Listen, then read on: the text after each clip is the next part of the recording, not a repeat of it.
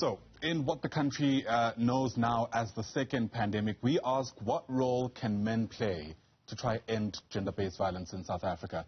And this question comes after KwaZulu-Natal police really shot dead a man who allegedly stabbed his girlfriend to death and was found actually disemboweling her.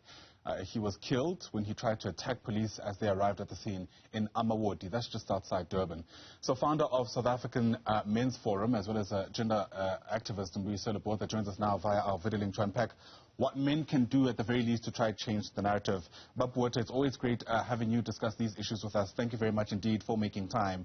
Sadly, we live in a country where this story is one of several that we've come across, and I think many people are even running out of what questions we need to ask about what it will take to end the scourge. Well, yes, thank you so much, and good morning, and the best wishes to you and to your viewers. I think, Ayanda, it's important for us, but maybe let me start off by saying that I'm sad, and so that all of us South Africans are sad by the attack on our democracy, the burning of parliament. I mean, that it's a very sacrosanct space. I mean, it's a space that it's, in fact, it's an embodiment of who we are as South Africans. Having said that, Ayanda, I just want to say that one of the things that we are not doing well in our country is mobilizing men and galvanizing men. If you ask me, what can be done? We need to call each other out as men, and we should not do this only during the 16 days or during the, August month, but we should actually be ongoing, that I and you, Ayanda, get involved, that I call you out in sexist jokes, I call you out in ensuring that as men we take responsibility. Yeah, part of the conversation has also entailed the kind of attention or lack thereof that the boy child gets. I mean, for anybody to be in a state where they stab somebody to death and disembowel their body, I mean, we need to start asking real questions about the kind of environment a person like that finds themselves in for them to have the capacity to even carry out a crime like that. Well, so true, but I think we must accept the fact that this person does this because somewhere, somehow, there's an element of impunity that I will get away literally with murder.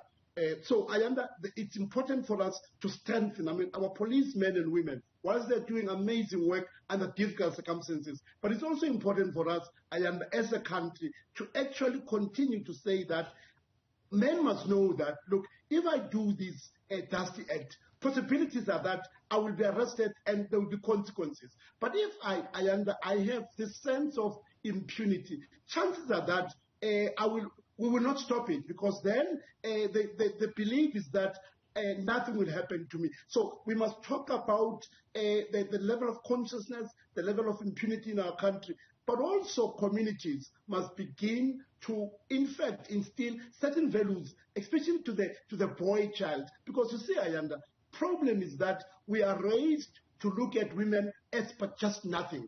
I mean, these are just bodies that belong to us, that we lord over them. And that type of attitude, when Ayanda and your viewers, it's something that as a country we must deal with decisively. And thanks God that we have a president who, one of the things that President Ramaphosa continues to say every day and to talk about is that violence against women is a man's problem and not a women's problem. Yeah, the definition of what being a man is contained in various aspects of our lives in society. It's in religion, it's in mainstream culture, it's in, traditional culture as well. How well do you reckon we're doing in redefining what it actually means to be a man? Because I'm sure you'll agree that this, in part, is at the center of at least changing the psyche and therefore the behavior of the men in our country. Well, we are doing pathetically bad. We're pathetic in how we define. There are certain, a lot of times, they are, the stereotypes are entrenched by culture. Look, we're talking now, young men continue to die in their numbers in the Eastern Cape, for passage to manhood. How do we, our religious leaders, be they, from all religions, all of them, it's that as men, we are are supposed to lord over women. So to agree with you is that there is a need for all of us to begin a process of not only redefining, but also to challenge to challenge some of these, teachings. Either are they from, either what does Islam teaches, what does Torah teaches us, what does Christianity teaches us, what does Buddha teaches us. All of them, it's important, and one can't overemphasize that this is where values are formed. This is where, we are taught some of the very skewed ways of defining who we are as men. And ultimately, they manifest in these forms of violence that we see unabating in our country, Ayanda. Yeah. My real concern every time we have to have this conversation on platforms like this on the AM Report is, I wonder how many people are getting desensitized.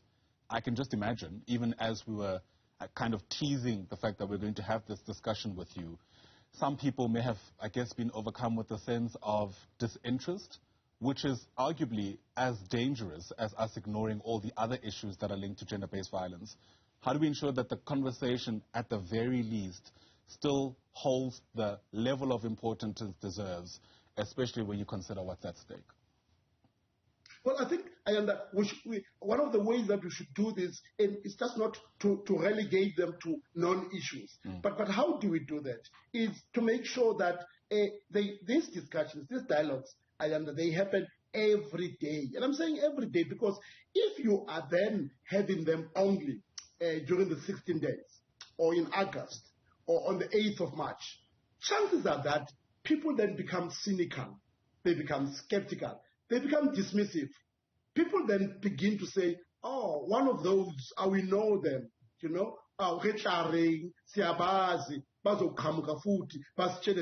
So the point I'm making is that, and we can't, if we say 365 days, it should indeed be 365 days. We just can't talk about it and do nothing about it, so that it becomes a sloganeering that, they use these catchphrases, 365 days, when in fact, we don't do anything about it, then you're going to get to a point where people then get not only disinterested,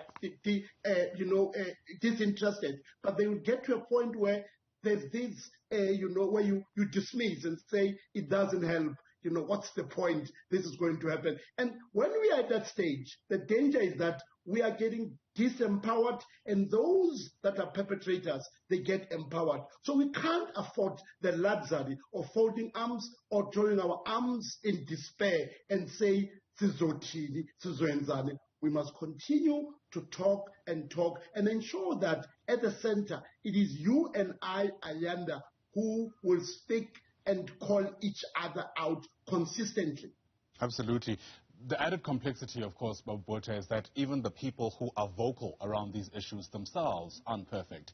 I remember instances in the past where certain activists, male activists who've spoken out against gender-based violence, themselves found themselves in questionable situations.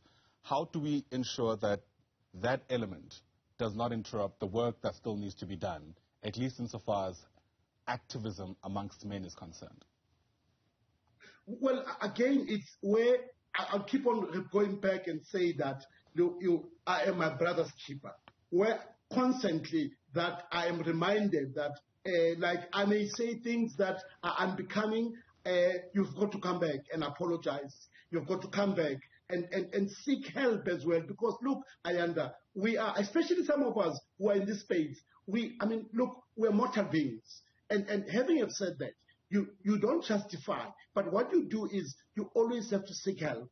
You always have to give a friend a call. You have to say, Vusi, I'm at my wit's end. I need help. You have to say, Kopano. You've got to say, to your friends, your significant others, that, look, I need help. Look, I am vulnerable. You see, Ayanda, when you do that, chances are that you will look back and get help. But when you think that you are always correct, you will not even seek assistance. But when you have a friend who you call and Vusi says to you, I think, Mbuyi, you acted irrationally, you acted incorrectly, I think you must apologize. When you have such friends, you know that you have people who will journey with you, because After all, we are, we are vulnerable. And when you accept and acknowledge your vulnerability, chances are that you are a step closer in ensuring that you actually seek help, because you say that, look, I don't have answers. I need help. So men who do this work, we must continue to hold each other accountable, call each other out, and that's the best way. But also to be cognizant of the fact that we need help as well when Ayanda. Mbuyiselo Botha is a gender activist, also the founder of the Men's Forum. Sir, once again, thanks very much indeed for talking to us.